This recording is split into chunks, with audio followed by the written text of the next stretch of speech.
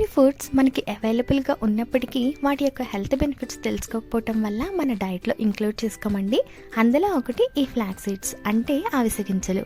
ఈ అవిసె గింజల్లో fibre, omega 3 fatty acids, anti ఆక్సిడెంట్స్తో పాటు ప్రోటీన్ అండ్ మెగ్నీషియం కూడా ఎక్కువగా ఉంటుంది. అలానే ఈ అవిసె గింజల్ని మన డైట్లో ఇంక్లూడ్ చేసుకున్నామంటే హెయిర్ హెల్తీగా ఉంటుంది, స్కిన్ స్మూత్గా అవుతుంది, వెయిట్ని కంట్రోల్ చేసుకోవచ్చు. అలానే మజిల్ స్ట్రెంగ్త్తో పాటు హార్ట్ని కూడా హెల్తీగా చేసుకోవచ్చు. మరి ఇప్పుడు మనం ఈ అవిసె గింజల్ని యూజ్ చేసి డైలీ అన్నంలో మొదటి ముద్దగా కొంచెం ఈ పొడి అలానే నెయ్యి వేసుకొని తినడం అలవాటు చేసుకున్నాం అనుకోండి, హెల్త్కి చాలా మంచిది. ఈ అవిసె గింజల కారపొడిని ఎలా తయారు చేసుకోవాలో చూసేసేయండి. ముందుగా ప్యాన్లో 1 కప్పు వరకు ఈ ఫ్లాక్స్ సీడ్స్ని వేసుకొని లో ఫ్లేమ్లోనే చక్కగా రోస్ట్ చేసుకొని పక్కకు తీసేసుకోవాలి.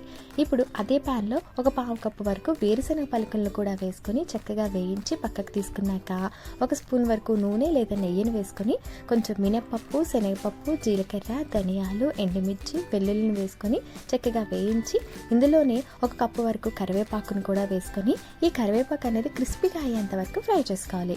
ఇప్పుడు 1/4 కప్పు నువ్వులు, కొంచెం చింతపండు కూడా వేసుకొని మంచిగా వేయించుకొని చల్లార్చుకున్న తర్వాత మిక్సీ జార్లో వేయించుకున్న పలుకులు, అవిసె గింజలు, ఈ మసాలా సామాన్లతో పాటు రుచికి సరిపడా ఉప్పును కూడా వేసేసుకొని మెత్తగా పౌడర్ చేసుకోవాలండి. దీన్ని ఒక ఎయిర్ టైట్ డబ్బాలో వేసుకొని కింద స్టోర్ చేసుకున్నాం అనుకోండి, 2-3 మంత్స్ అయినా సరే చాలా ఫ్రెష్గా ఉంటుంది.